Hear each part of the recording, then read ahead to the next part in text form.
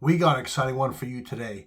This one is sent to me by Fosi Audio CA30, and I can't believe this company has figured this out. Now, you can call me out, you can wait it, stick to the end, and you will see I've never seen an amplifier do something that no one's done. And I'm not talking JL Audio, Precision Power, Rockford Fosgate, any of them. I'm going to show you something completely different with this little amplifier from Fosi Audio. First off, okay, it's I'm going to call it an Asian-made amplifier, and the only reason I'm going to say that is when you look at the box, it has Asian characters. But let's face it, majority of amplifiers are coming out of the Orient, or maybe from Brazil or from Korea. One thing I wanted to do a little bit different was look at this from a totally different angle, okay? It's a 100x4 amplifier, and I'm sure it does what it does, because they wouldn't be sending this out to people on the internet if it didn't dyno the way it was, and I'm sure there's other influencers out there that are already dynoing this. But I want to look beyond the specs. That's what I like to do. So I'm going to show you, look, this is another 4-channel amplifier, roughly the same size that comes, and then I'm like, I look at this one, and I'm like, well, these two look the same. But kind of on paper, 100x4, 100x4. But what separates these? This is what I want to know. This is what I want to dig into. So let's get right into it. So one thing right away is the connectors. I joke about little things and big things once again. You'll see here, you say, well, they're the same but different. Well, they're in different sections, okay? Also, too, as we're going to dig into, I'm going to do a slight unboxing in a second. This one has where the connectors are at a 45 degree. And why I like that is when you go to do this, grab a tool, there's little things on this amplifier that show that it might be Orient made, but there's engineering behind it, and that's what I like about this thing a little bit more, okay? So one little thing is this. I'm going to joke, you'll see, I'll illustrate this a little bit later. But see how this is at a 45. Now, bear with me, I'm going to grab the other one, okay? This one, it's here, straight up and down. I'm going to have to grab a different one because it's a slightly different size. There we go. With that being said, this has a good chance of shorting on this body. So the 12-volt wire or the remote wire or even a speaker wire has a really good chance of shorting out against the body. Now, a little thing, like I said, was this. The angle. So see now, this has a very little chance of shorting out against the body. And that's what I mean by little things. Let's jump into the unboxing. Let's dig a little deeper together, all right? Let's get the unboxing going. We're going to open her up. You start to see, owner's manual, pretty basic. Now we're going to pull out the amplifier. You'll notice, though, it's barely the size of my hand. Here we go, high-level adapter, 2 Allen keys, and 2 30-amp fuses. Let's get rid of the box. Now, let's dig a little bit deeper into this manual. One thing I noticed right away is sliding down here, 2 internal 30-amp fuses.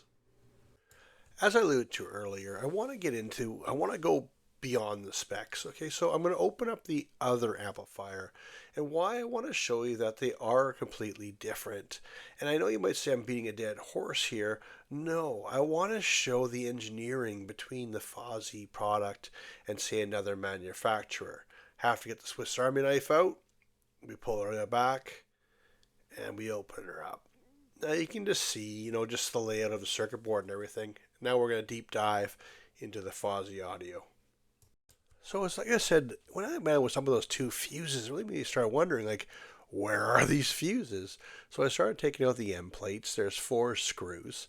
They came out quite easily with the number 2 Phillips screwdriver, and they popped out relatively easy, and you'll see it's in my hand. Now we go to the other side, same idea, 4 screws, but there is going to be an Allen key that is between the RCA cables, which is a different side than the power and speaker cables. So we pop it off. It comes out really easy. You're going to see 2 screws on the left, and then you're going to see 2 screws on the right, and then 2 on the bottom. One really nice thing I noticed is that this whole heatsink wraps around the board, making it super efficient. Now the amplifier slides out really easy, and I was surprised about this extra 25% more heatsink than the other amplifier. See, it pulls out. We have a look. You can see completely different than the other one. And now here's a picture of the encapsulating heatsink. So after I reassembled it, I started to notice that all the screws lined up for both sides of the amp. Now you'll notice I pointed that the RCAs are underneath the Fosi Audio logo. Now, when I slid this one out and I put it the other way, I can now switch the power and the RCAs around. Now you might be thinking, well, that seems kind of dumb. Why would I want to do that? But sometimes, the power has been ran down the left and say the RCAs are down the right. And then all of a sudden you're like, this isn't going to work. But this has the option to solve that problem. Or let's say you're replacing an amplifier. Nothing I can't stand more is an upside down logo on an amp. And you might say, hey, no one's going to see it behind a panel or underneath the seat. You know what? I know it's there and it would bother me. Now, the bottom went on right away. The sides I had to finagle a little bit, but keep in mind, I am just using a small Allen key. I am not using any kind of power tools or anything like that, and I don't want to strip it out. So this is more of me going down the garden path, but it did line up. I already got the one side, and I had to work at the other side, and slowly had to just work it, and it started to go. It was honestly pretty awesome because I've never seen Amplifier do that. Now you'll notice I just showed that the Fosi Audio, the RCAs are no longer there.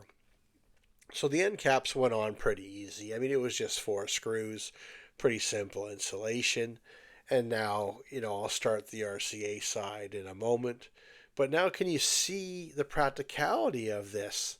How it can solve a lot of problems. Because especially doing an amp rack or some kind of nice show off on the amplifier, this can make it so the installer or yourself can solve this. Little things are big things.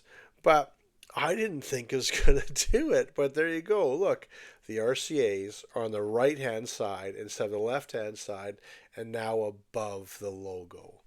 Did you ever see an amp do that? I have not seen this by any manufacturer. Going through all the controls on this amplifier, you'll really start to notice it actually is full featured, even more than most. Starting at looking at the RCA cables, you have 4 inputs, 1 and 2 and 3 and 4. I do wish they had a switch to take the input from 1 and 2 and feed it to 3 and 4, but it's small thing or a big thing, and I'm not too worried about it. You notice it has a full clip light and a power light. I think any amplifier nowadays in 2025 should have a clip light. You'll notice it has a high level in, which is 4 channels of input, plus a gain for 1 and 2 and a gain for 3 and 4. And you'll see both 1 and 2 and 3 and 4 have high pass, low pass, and high pass, fully configurable. You don't see this on too many 4-channel amplifiers nowadays. That almost looks like they're 2 independent amplifiers. The frequency is easily adjusted. You can see this one's between 50 and 250. You give it a quick turn, set it roughly at 100. You get the idea, guys. And then I can do corresponding high pass on 1 and 2 quite easily. Flipping the amp over, you're going to know a 2/4 gauge input, but one thing I really like is that the remote is actually a real size. A lot of manufacturers will cheap out and go a 4 gauge remote in, and then the wire just sits there and flops around like a rubber boot on your foot. It shows the engineering behind this products, and it keeps impressing me more and more. You'll notice a small 12 gauge input as well for the speaker lines, and all in all, just a great amplifier on this side. So, you ever seen that before in my life? I have not, and I proved it. How you can actually change the heatsink from one side to the other. Unbelievable. I've never seen that. I'm not sure. You put down below if you have another amplifier that can do that, because the majority of amplifiers, now I will give something. A lot of amplifiers have a name and the name tag can move. But keep in mind, if I'm doing an installation like this, and this is facing you, so to speak, I like that. Now what happens if I have to put it here because my power wires are on the other side or they don't reach? Well, then with that configuration, you can change it.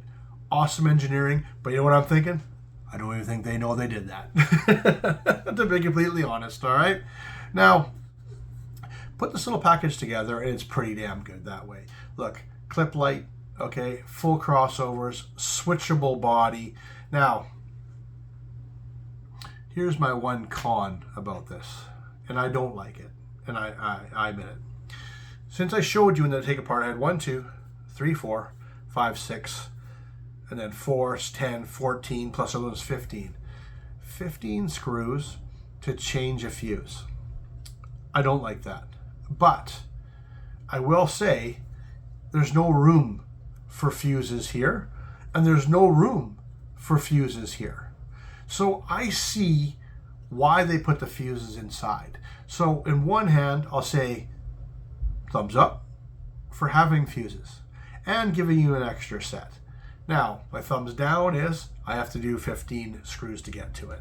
And I will say, I wish it had something saying internal fuses or fuses inside or something like that on this. Now, I will say it's in the manual. It does say 30 amp fuses internal, but let's face it, a lot of us don't read the manual, but also to, if I got the car secondhand or, they installed it and I didn't get the manual back, I might not know they're in there. And I think it's important because I actually think it's a great feature. I really do. It protects the amplifier, and that's what I mean by the engineering I really, really like, are little things like that. Now, as these get smaller, it's just the way it is. And they didn't scrimp on it. They could have not put fuses on there, and then the first time you short this out, the amplifier goes, and the magic puff of smoke comes out. So, my hat comes off to you for yes with these fuses, and a thumbs down with these fuses. But I'm more happy they're there than they're not.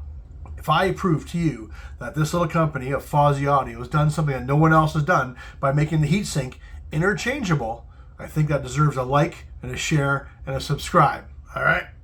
Because I found you something a little bit different. And that's what I'm saying, guys. When we look at all these things, it's kind of like the features behind the amplifier, the features behind the speakers.